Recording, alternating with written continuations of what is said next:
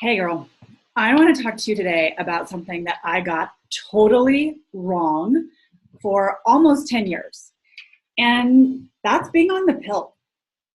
So I got on the pill when I was really young. And after working with so many women in my practice, I know that I am not the only one. And I got on the pill when I was around 16 because I had debilitating cramps.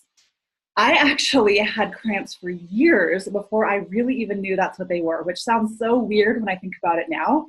But I was a kid. I was 13. I didn't really realize, what I was going through, and that my body was really having some major hormonal issues, even from that young age. So, because I had really been having this debilitating pain, I went to see the doctor, and kind of just as a matter of course, she's like, "Okay, here's what we do. You get on the pill, and that's going to regulate your hormones. And then you're not going to have to worry about these monthly cramps anymore." So of course, I'm a 16-year-old girl, and I was like, great plan. I don't want cramps anymore. So I got on the pill, and I stayed on the pill for off and on for 10 years. So I started, really young. I stayed on it throughout college, and I really didn't consider getting off until I was married and ready to start thinking about having a family. So what I did was I didn't really think about it very much. And so here I want to tell you about three things that I was dead wrong about when I was thinking about the pill. So the first thing that I thought, because I didn't know any better, was that it was going to balance my hormones, right? So here's what I thought. I thought that my hormones, and I didn't even really know what this meant, right? I was a kid. My hormones, whatever that was, they were out of balance. And that the way I was going to get them into balance was with the pill.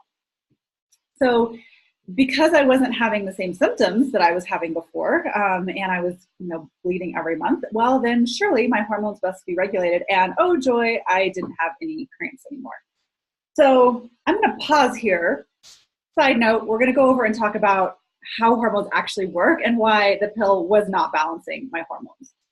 So I made this gorgeous graphic for you so you can see all about how our progesterone and estrogen are actually supposed to work.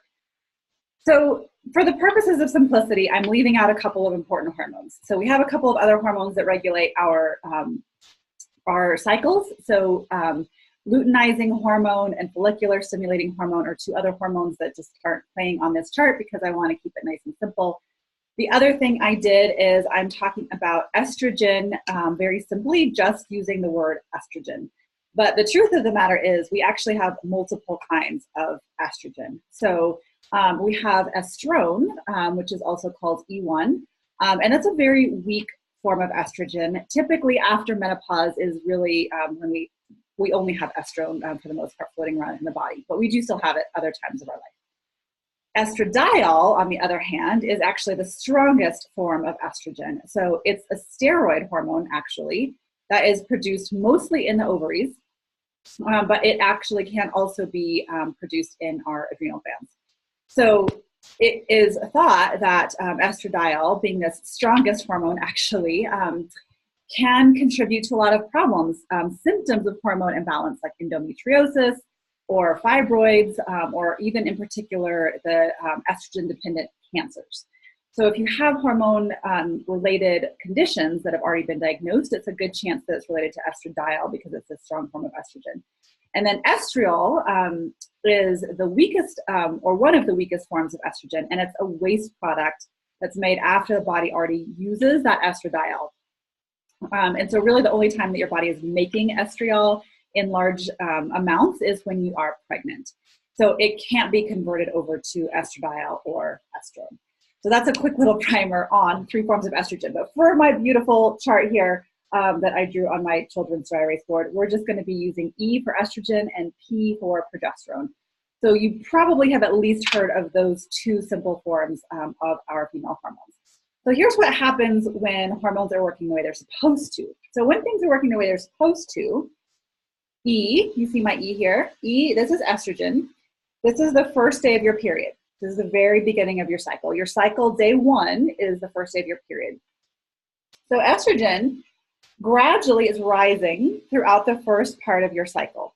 And right before you ovulate, you have this big spike in estrogen. So you see that it's going up gradually, and then we get this big bump right before ovulation, and then it starts to go down.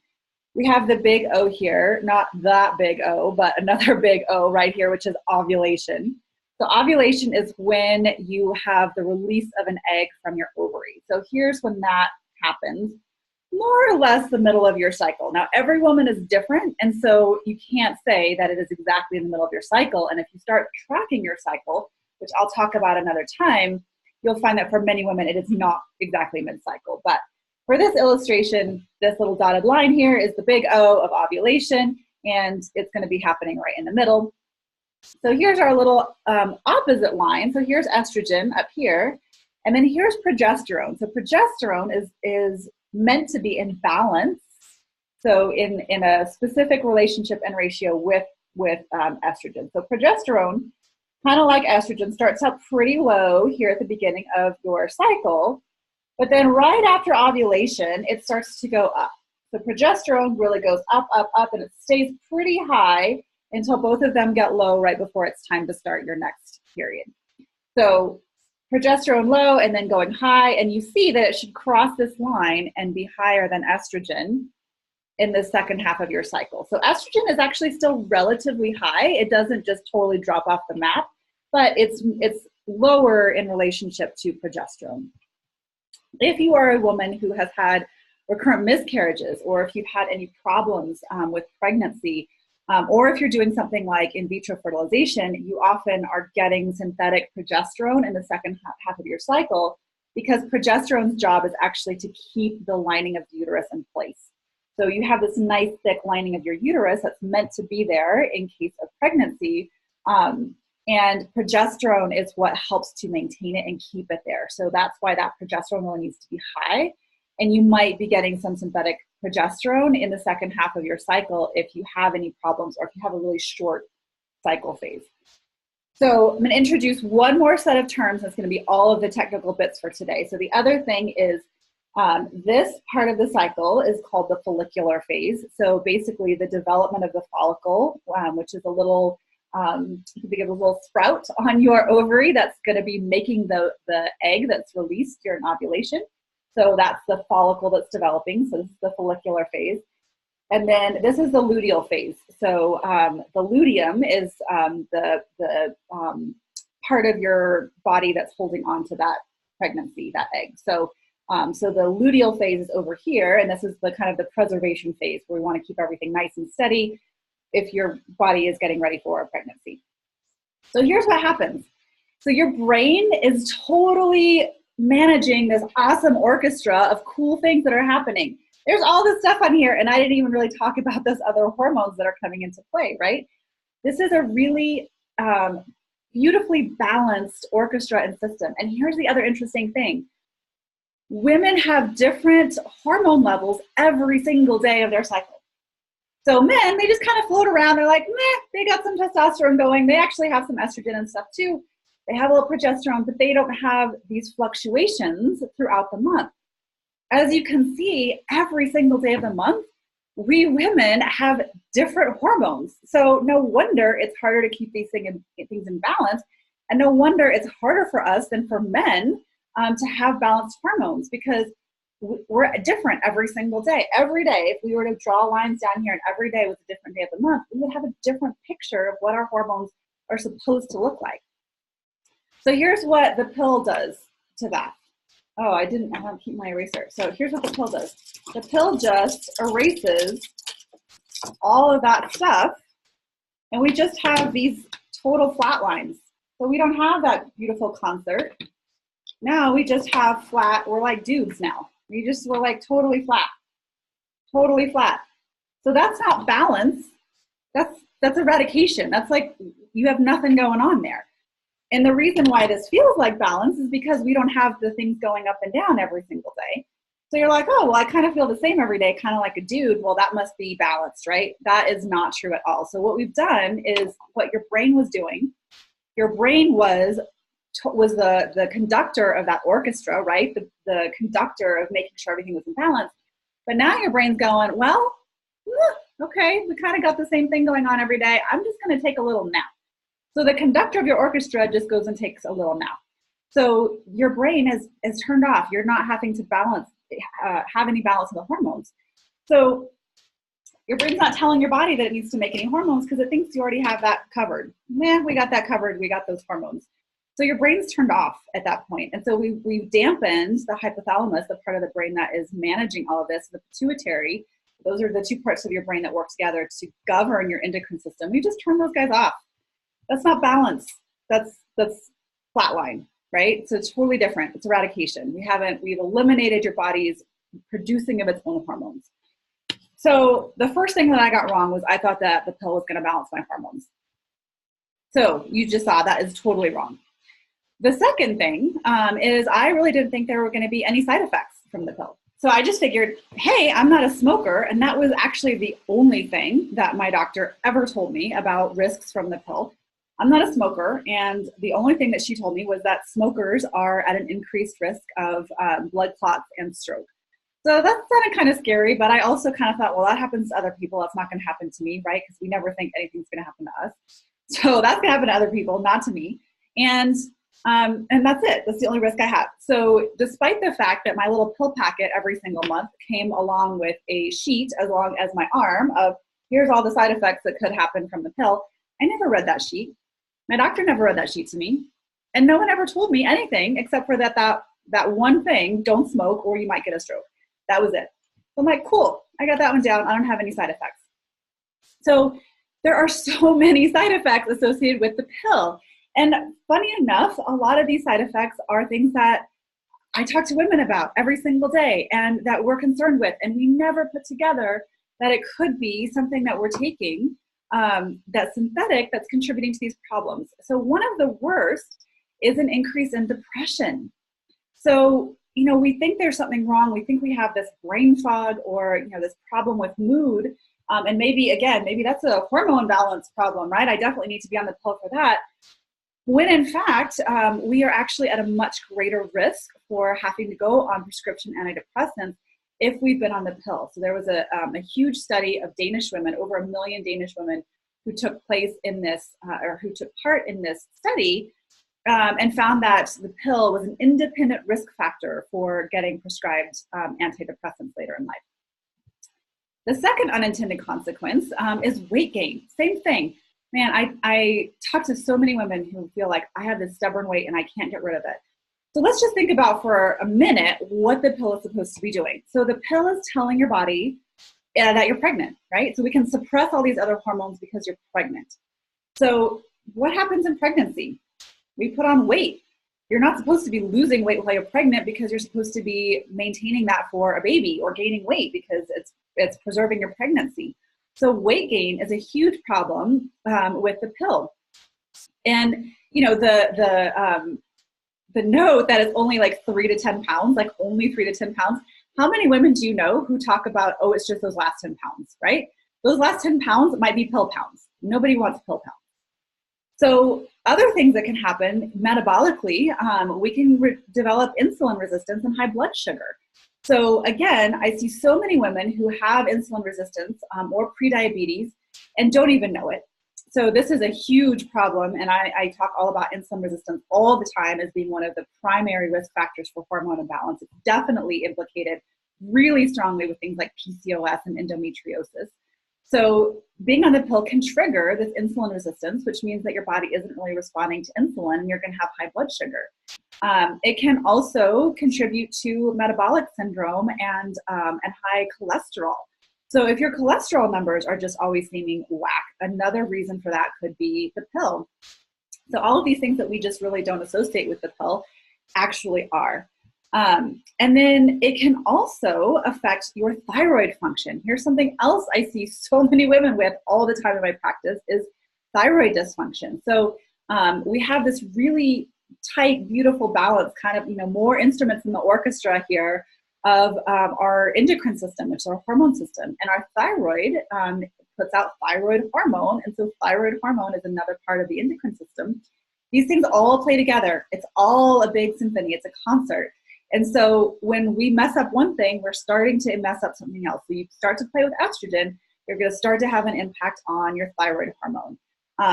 Synthroid, which is synthetic thyroid, is actually the #1 most prescribed pharmaceutical in the country. So you think that it's things like statins, cholesterol lowering medication. No, it's thyroid medication. And maybe we've been jacking up our thyroid all these years by taking an estrogen containing birth control pill. So all of those are specific ways that the pill can be influencing the chemistry of our bodies. So that was the second way I was wrong. I thought that just because I wasn't a smoker, I didn't have any additional risk factors for being on the pill. And the last thing I thought was that once I stopped the pill, things would just magically go back to normal, and I would just be fine, and I would just be able to get pregnant right away, and everything would be totally just like, as though I had just taken an Advil or something like that. And in fact, there is definitely a problem for a lot of women after stopping the pill. So it doesn't happen to everyone, but many, many women have a post-birth control syndrome. Now, if you look into the literature, there's actually a lot of disagreement about this and a lot of controversy, but I have seen it enough that I know there is a post-birth control syndrome. At the very least, some of the things are women don't get their cycle back right away, sometimes not even for a few months. When it starts to come back, they have more pain than they did before. So if you were taking the pill as a mask for having pain every single month with your period, or even ovulation pain, well, that's just going to come back because we didn't fix the underlying problem. We just put a big old Band-Aid on it. And that's all the pill is, a big old Band-Aid. So we put the Band-Aid on, and in reality, we didn't fix that underlying problem. So of course those cramps are going to come back. Another problem I see for lots of women is that all of a sudden we start to get really bad hormonal acne. So we all, men and women, have all the hormones, we just have them in different ratios. So women actually do have testosterone, just like men do, we just have a lot less of it. And one of the things that the pill does is depress our testosterone. So when you come off the pill, that testosterone can go up really high again, and testosterone is one of the big drivers of acne. So when you start to develop skin problems right after you get off the pill, a lot of times it's an imbalance, and all of a sudden we have way too much testosterone, and that's going to contribute to acne. Some of the other things that we don't even think about is that the pill really depletes nutrients. So I'm a nutritionist. I talk about nutrients all day long. And some of the big ones are B vitamins, magnesium, and vitamin D. So here's why that's important. Magnesium is super important for blood sugar regulation. And I just told you that the hormone is going to jack up the birth control pill is going to jack up your blood sugar. It's super important also for relaxation. So when we are magnesium deficient, some of the things that go wrong is we start to be anxious and irritable. Well, maybe that's a pill issue. Maybe the pill is depleting your magnesium, and then you're getting these symptoms. The other nutrient that manages a lot of our neurological function and our mood is their B vitamins. So if we start to have a depletion of B vitamins, in particular B12, from being on the pill, this is a known side effect. Again, we're going to start to have some of these mood issues. And I already mentioned, we know depression is higher among women who've been on the pill. Similarly, when we are deficient in B vitamins, we can start to feel anxious or feel anxiety. And I've definitely talked about that before. So those are two huge ones. Another one is definitely there's been research showing that women coming off the pill are lower in vitamin D. So vitamin D is critical for immune function, including autoimmune issues, but also just your standard run-of-the-mill, I'm going to get a cold all the time now that I'm off the pill. There's a whole long list of things that can happen when you get off the pill, but those nutrient depletions are three really big ones that can really have a serious impact on the rest of your hormones and also just your ability to show up and deal with life, right? So I thought that everything would go back to normal when I was done with the pill, but I didn't realize that for 10 years, an entire decade of my life, I had been depleting these critical nutrients for my body. And so I wasn't functioning the way that I would have wished to. So those are the three things that I got totally wrong about the pill. I thought that it would balance my hormones. I thought that if I wasn't a smoker, that was the only side effect that I could have. And I thought that once I got off the pill, everything would just go back to normal. And I was dead wrong on all three of those things. Now, I do want to just mention here that, of course, I understand that the pill gives a lot of freedom to women. And I'm not going to say that you can make these decisions about your health lightly. Obviously, you have to talk to both your partner and your healthcare provider about what the right choice is for you.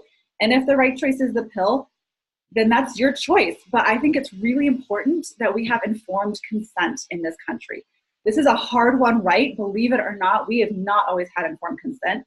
And I really believe that we really need to know about everything that we do and put into our bodies. And so if you willingly take the pill, you should know about these other side effects and take steps to improve those side effects so that you're less likely to be experiencing those negative effects from being on the pill. I hope you found this helpful.